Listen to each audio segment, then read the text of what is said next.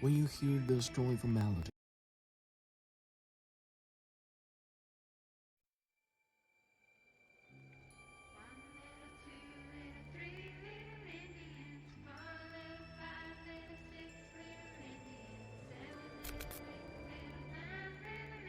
when you hear this joyful melody, would you think of the fate of the little Indians? Their miserable fate ensnared by an unending genocidal nightmare.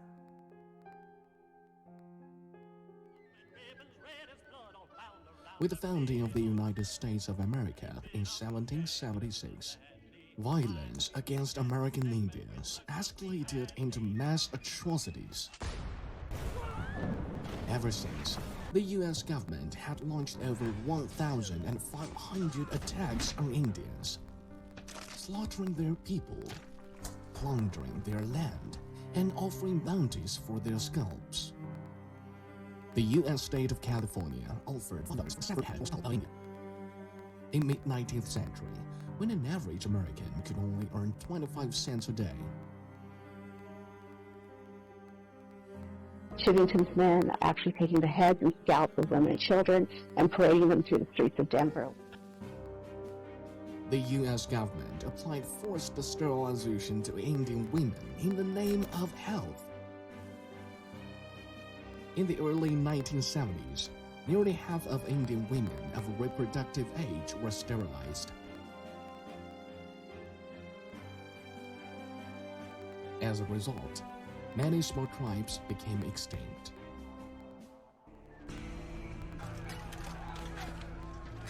Mass atrocities led by the U.S. government spelled doom for the native civilization.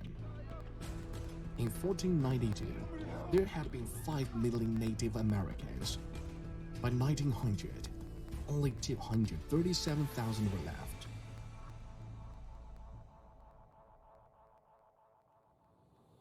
Moreover, the Indian Removal Act of 1830 drove some 100,000 Indians to the territory west of the Mississippi River, so that white people could take over their ancestral lands. From sweltering summer heat to biting winter cold, those Indians had to walk 60 miles a day. Pregnant women who could not keep up were shot dead. Thousands of Indians died on the way. Whereas white people celebrated the West Movement, Indians mourned the Trail of Tears. By the mid-19th century, the U.S. government had relocated most Indians to the remote and barren lands to the west of the Mississippi River, the so-called Indian reservations. In the Indian reservations, Indian children were forced into boarding schools where they were not allowed to speak their own language, wear traditional clothes, or carry out any Indian-related activities. Hungry, diseased, and abused, many children lived and died in misery. I got hit so much I lost my tongue. I lost my native tongue.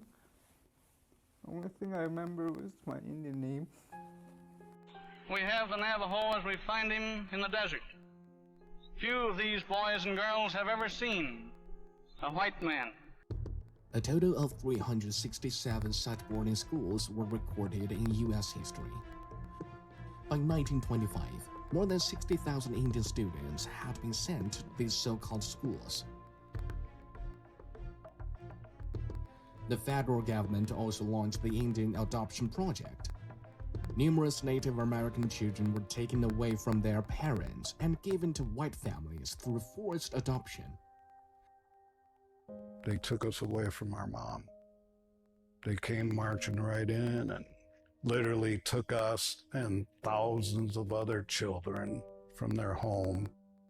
Locked in remote territories lacking water, resources, and infrastructure, these Indian reservations were not conditioned for economic growth and soon became some of the poorest parts of America.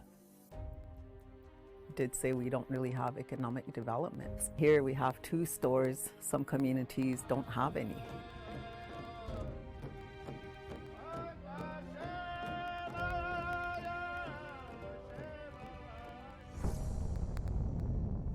Worse still, these reservations have become dumping grounds for toxic substances and nuclear wastes. The US government conducted 928 nuclear tests in the lands of the Shoshone tribe. These tests generated some 620,000 tons of radioactive fallout, nearly 48 times that of the atomic bombing that devastated Japan's Hiroshima. In the Navajo Nation, the largest Indian reservation in the United States, 1 in 4 women and some of their babies have in them radioactive substance in high concentrations. As a result, the locals are under much higher risk of cancer, kidney, and cardiovascular diseases, as well as birth defects. We want clean water and clean air for our precious children and grandchildren so that they will have the same opportunity to once again play in the meadows and canyons of my childhood. Thank you. Massacres, forced relocation, and cultural suppression against American Indians by the United States constitute a de facto genocide. Foreign policy reported that U.S. crimes against Native Americans meet the definition of genocide in every sense under the international law. It's about time the United States give up its double standard in human rights and keep clean with the world about its crimes. And designed for the Indian to fail, to be expendable, to be eliminated.